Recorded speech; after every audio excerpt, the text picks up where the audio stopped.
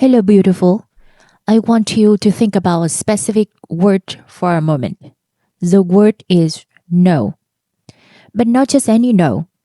I mean the kind that lands like a punch to the gut. The kind that feels like a door slamming shut, leaving you on the wrong side. Maybe it was a no that said your degree doesn't count here. Your experience doesn't translate. You're too old to start over. Your accent is too thick. You're not enough. We've all been handed a no that tried to define us, haven't we? Welcome to Second Bloom Journey, where we explore the stories of women who discovered their greatest power not despite their pain, but because of it. I'm Thủy Trương, and I'm here to walk alongside women over 40 who are ready to reclaim their power, reactivate their purpose, and unlock the potential that has always been within them. Today, I want to tell you about a woman who was handed her first no at 5 years old. And instead of letting it shrink her world, she used it as fuel to change the world. Her name was Judith Heumann. She often called the godmother of the disability rights movement. My mission is to really distill how she took these massive rejections, systemic no's, and turned them into fuel for revolutionary change. This is a story about flipping the script, refusing to accept that limitations are an individual's fault. Instead, she pointed squarely at the systems, the institutions that want to build to include everyone. Her life basically says, the world isn't working for me, so let's remake the world. So let's get comfortable, take a deep breath. Let me tell you about Judy. Her story started unbelievably early. We are talking 1952, Brooklyn. Judith Heumann is 5 years old. She goes to enroll in kindergarten, and the principal turns her away. The reason? She used a wheelchair. She was deemed a fire hazard. Just imagine hearing that at 5. Your first encounter with the school systems tells you you're a danger. She's already had polio at 18 months, so these exclusions, it wasn't subtle. She used a wheelchair, but her real struggle wasn't the polio. It was the world's reaction to it. It was the labels, the exclusion, the quiet, constant message that the world wasn't built for her, and that was somehow her fault. Doesn't that feeling sound familiar? Maybe you weren't called a fire hazard, but have you ever been made to feel like a problem? Like your needs were an inconvenience? Have you ever been told your experience doesn't translate or been passed over because of your accent, your age, your background? Have you ever been made to feel that the problem is you and not the system that wasn't designed with you in mind? That's the feeling that met 5 years old Judy. Judy was taught right from the start that she wasn't gonna be given a place. She would have to demand it. Her parents did fight, successfully actually, to get her into a segregated class. A special aid class, they called it back then, but the message was clear. Fast forward, she graduates college. She wants to be a teacher. She's absolutely nailed the exams, written, oral, everything. And then comes rejection number 2, a big one. The New York Board of Education fails her on the medical exam. Why? Solely because of her paralysis from polio. They argued she couldn't physically handle the job, like helping kids in an emergency. But think about the strategy here. this wasn't just Judy wanting a job. She saw it as an attack on the very definitions of what it means to be capable, to be professional.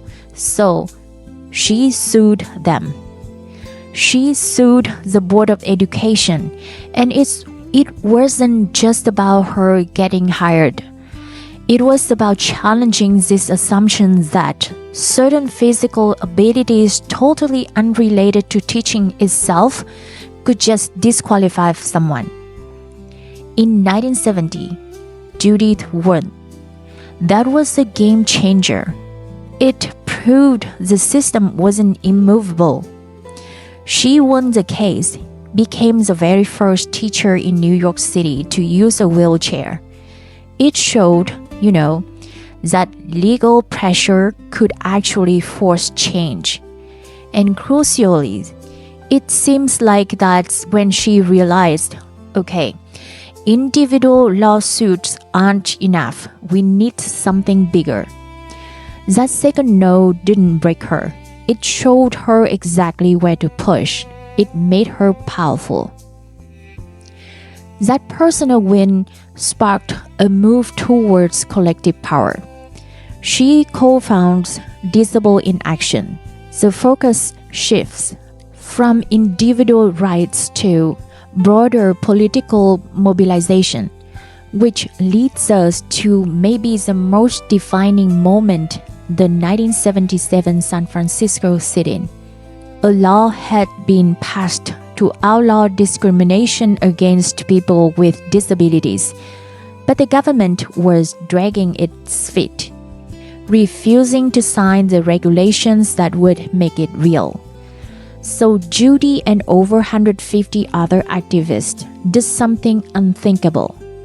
They took over a federal building in San Francisco, and they refused to leave for 26 days. Think about that. They slept on the floor, they organized food donations, they coordinated complex medical needs, they leaned on each other, a community forged in defiance. It is still the longest nonviolent occupations of a federal building in U.S. history, all demanding one signature to make those regulations active. And finally, on the 26th day, the government signed. Suddenly, Section 504 had teeth. It forced massive changes in accessibility across the country. Schools, hospitals, transport, you name it. It's an incredible journey, isn't it? From being labeled a fire hazard as a child to leading a movement that forced the government's hand. So why am I telling you Judy's story today? Because I know you are holding your own no's. The no that said you're too old to switch careers. The no that said your foreign credentials are worthless. The no that subtly hint your accent makes you sound less intelligent.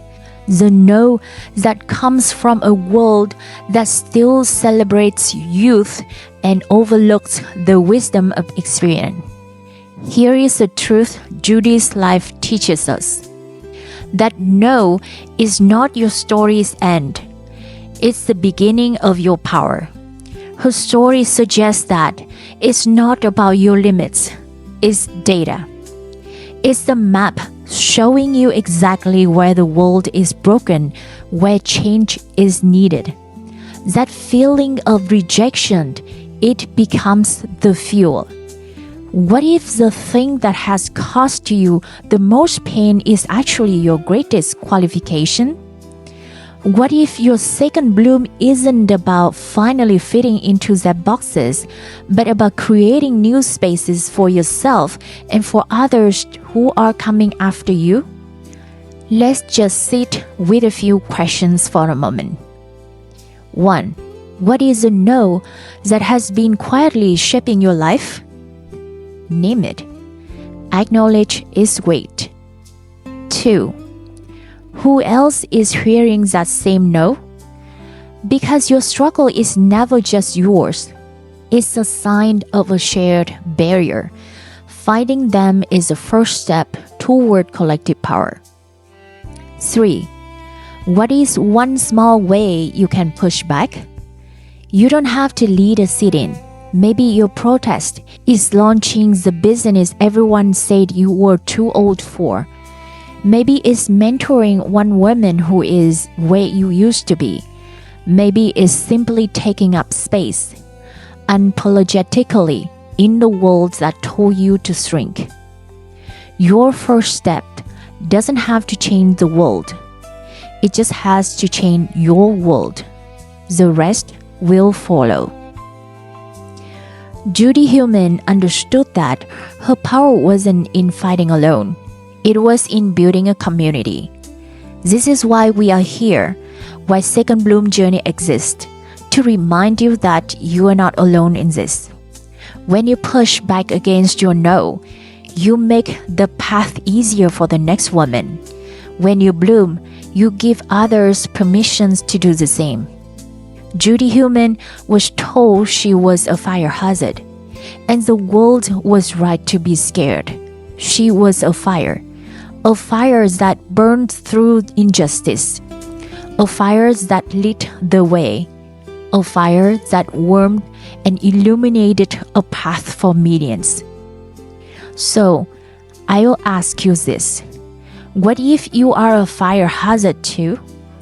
What if the very things the world told you were problems, your experience, your age, your accent, your sensitive heart, are actually the source of your spark? Maybe it's time to stop trying to put yourself out. Maybe it's time to burn bright. Thank you for being here today. If Judy's story touched you, share this episode with another woman who needs to hear it. And if you are ready to turn your own pain into power, to stop accepting limitations and start creating possibilities, come find me. All my info is in the show notes. Let's bloom together.